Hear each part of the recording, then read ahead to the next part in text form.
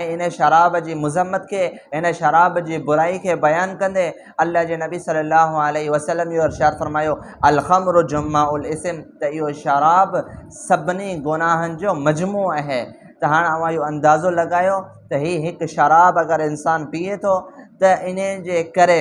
इहो शराब पीअण जो गुनाह त इनखे मिले तो, पर इन सां गॾोगॾु बेशुमार गुनाहनि जे अंदर भी इहो जेको सो इंसान मुब्तला थिए तो। जीअं मिसाल जे तौर ते शराब पीअण खां पोइ, हराम नशो करण खां पोइ, नशा आवर शयुनि के इस्तेमालु करण खां पोइ हिन जो दिमाग़ ऐं हिन जो ज़हन मुंतशिर थियो तो वञे ऐं अहिड़े तरीक़े सां ज़हन सही कमु करणु छॾियो तो ॾिए ऐं उन खां पोइ इहो इंसान जेको सो गार जे अंदरि ग़लति ज़बान इस्तेमालु करण जे अंदरि मुब्तला थिए तो, कंहिंखे धकु हणे तो, कंहिंखे ज़बान जे ज़रिए सां तकलीफ़ पहुचाए तो, कंहिंखे हथ जे ज़रिए सां तकलीफ़ पहुचाए तो, हती के पंहिंजा वालिदैन ऐं पंहिंजो औलाद भी हिन इंसान खे यादि नथो रहे, हती के पंहिंजी घरवारी जे मथां ज़ुल्म करे तो ऐं अहिड़े तरीक़े सां पूरो मुआशिरो ऐं सभु माण्हू इलाइक़े जा माण्हू पाड़े जा माण्हू उन इंसान खां परेशान थियनि था। ऐं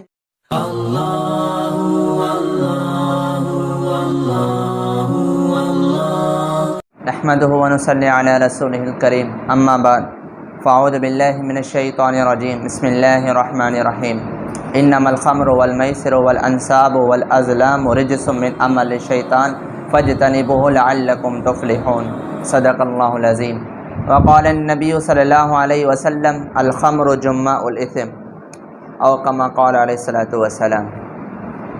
मुंहिंजा मोहतरम दोस्तों, भाइरों, बुज़ुर्गों ऐं साथियों, मूं अवां जे साम्हूं हीअ जेका आयत मुबारका पढ़ी है, इन हवाले से इन आयत मुबारका जी तफ़सील के अंदर मूं गुज़िरियल दर्स के अंदर अवां जे साम्हूं जुआ की हुरमत के ऐं मौजूदा मुआशरत के हिसाब से जेके जुआ जूं राइज सूरतूं आहिनि उन्हनि खे ऐं उन्हनि जी हुरमत के बयान कयो हो ऐं इहो अर्ज़ कयो हो त आइंदा दर्स के अंदर अवां जे साम्हूं शराब की हुरमत के बयान कयो वेंदो ऐं इन जी बुराई के बयान कयो वेंदो। त लिहाज़ा इन आयत मुबारका के अंदर इन शराब की बुराई के ऐं हिन जी मज़म्मत हिन जे हुरमत के बयान कयो वियो है।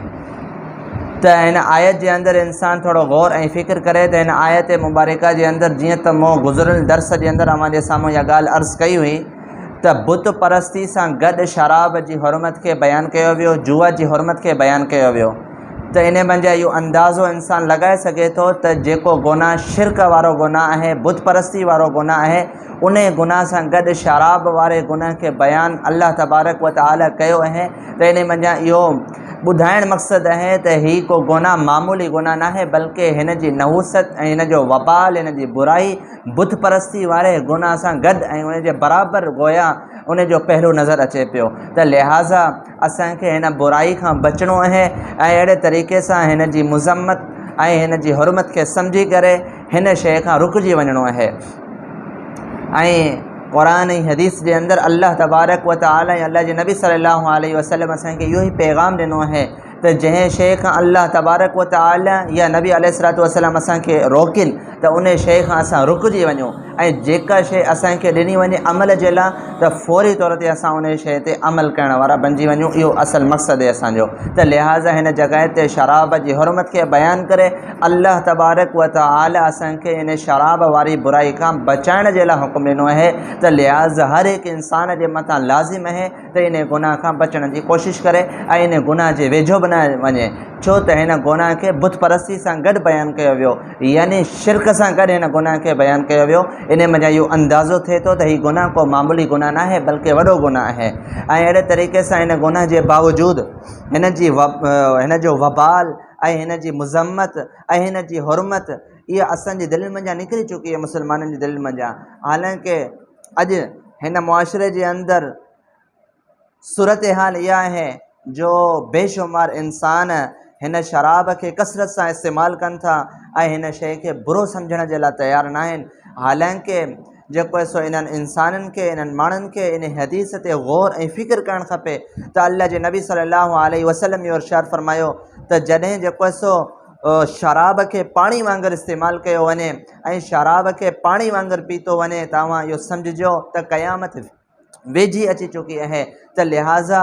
हिन मुआशरे जे अंदरि हिन दौर जे अंदरि असां ॾिसूं त हिन दौर जे अंदरि जेको आहे सो शराब खे केॾी कसरत सां इस्तेमालु कयो पियो वञे ऐं हिन जी बुराई इंसाननि जी दिलनि मंझां गोया ख़तमु थी चुकी आहे। हिन जी हुरमत इंसान जी दिलनि मंझां ख़तमु थी चुकी आहे ऐं हिन शइ खे हराम सम्झण जे लाइ तयारु न आहिनि ऐं हिन खे पाणी वांगुरु इस्तेमालु करे रहिया आहिनि। त पोइ गोया नबी अलैहिस्सलातु वस्सलाम जो इहो फरमान त क़यामत क़रीब अची चुकी आहे, वेझी अची चुकी आहे। त लिहाज़ इन मंझां इहो अंदाज़ो थिए थो त इहा अलामत ऐं निशानी बि क़ुर्ब क़यामत जी आहे। ऐं अहिड़े तरीक़े सां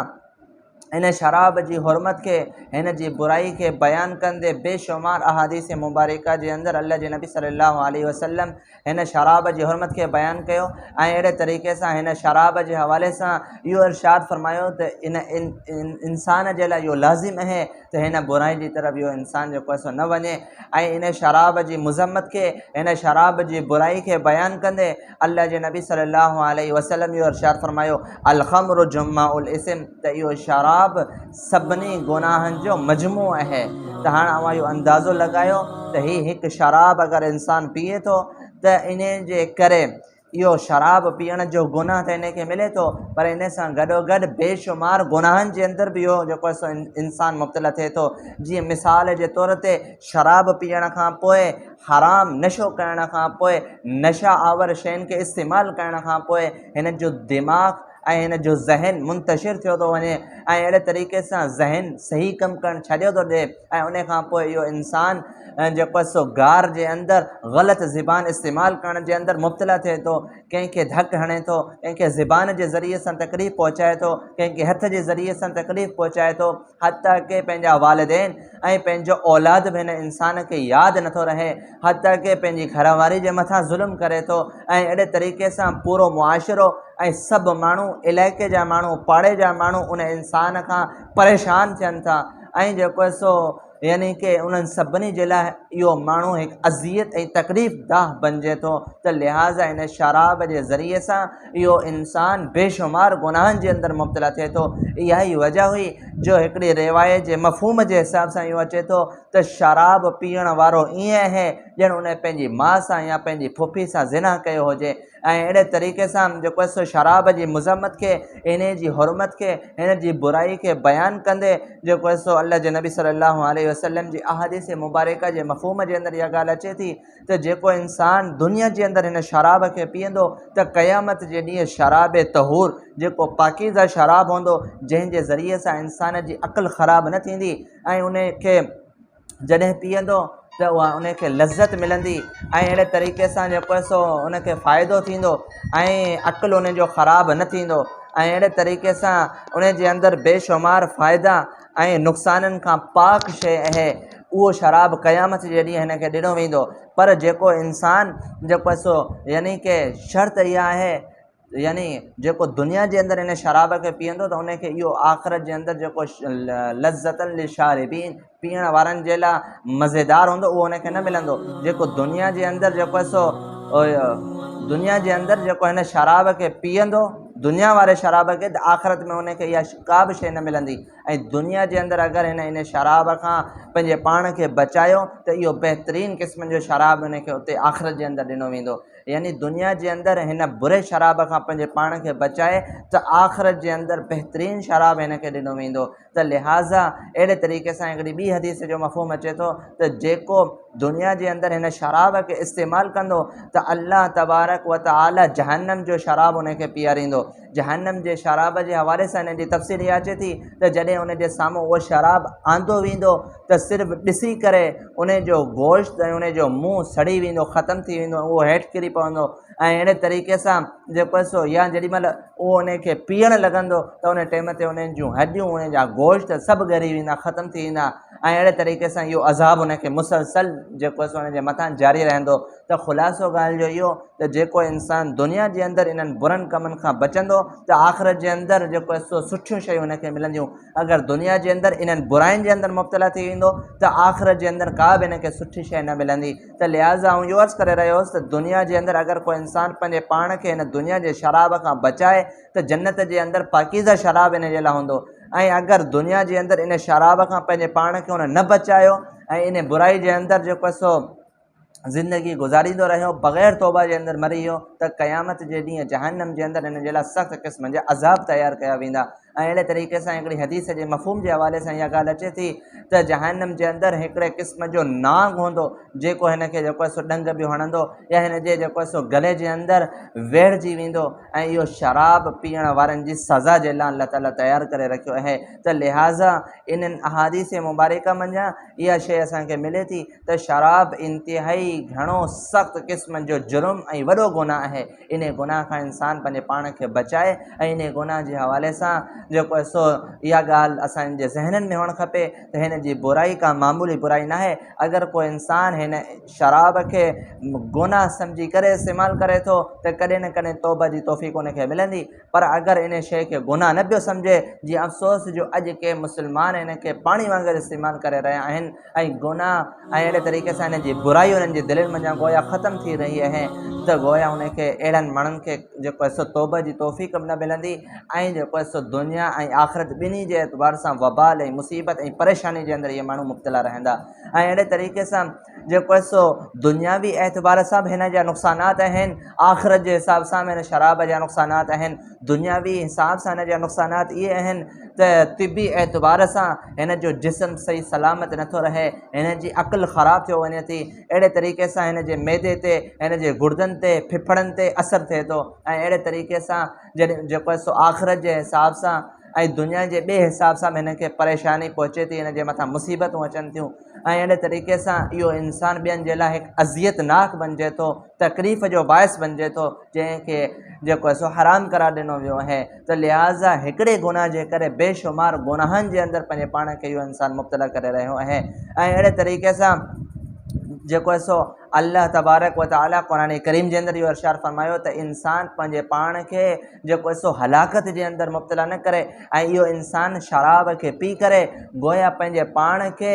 जेको आहे सो हलाकत जे अंदरि मुब्तला करे रहियो आहे, जेको दुरुस्त न आहे। ऐं अहिड़े तरीक़े सां हीउ जिस्म अल्लाह जी तरफ़ा खां ॾिनल अमानत आहे, हिन जिस्म जे हवाले सां ख़यानत न करणु खपे, बल्कि जेको आहे सो जंहिं तरीक़े सां अल्लाह ताला असांखे इहो जिस्म ॾिनो आहे ऐं अल्लाह ताला जेको आहे सो जेके अहकामात ॾिना आहिनि उन्हनि अहकामात जे मुताबिक़ असां पंहिंजो अमल कंदासीं त गोया इहो जिस्म जेको अल्लाह जी तरफ़ खां ॾिनल अमानत आहे, इन जे हवाले सां अल्लाह ताला जा जेके अहकामात आहिनि उन्हनि जे मुताबिक़ इहो जिस्म अगरि इस्तेमालु थींदो त असां हिन अमानत खे सही तरीक़े सां इस्तेमालु करण वारा थींदासीं। अगरि असां हिननि जे अंदरि ख़यानत कई यानी अल्लाह जी नाफ़रमानी जे अंदरि पंहिंजे जिस्म खे लॻायो ऐं नाफ़रमानी वारा अमाल कया त इहा अमानत जे अंदरि ख़यानत बि आहे ऐं उन शइ जी ख़यानत थी रही आहे जेका अमानत असांखे अल्लाह ताला ॾिनी आहे। त लिहाज़ा इहो जिस्म असांजो न आहे, अल्लाह तबारक व तआला जी ॾिनल हिकु अमानत आहे, इन जे अंदरि जेको आहे सो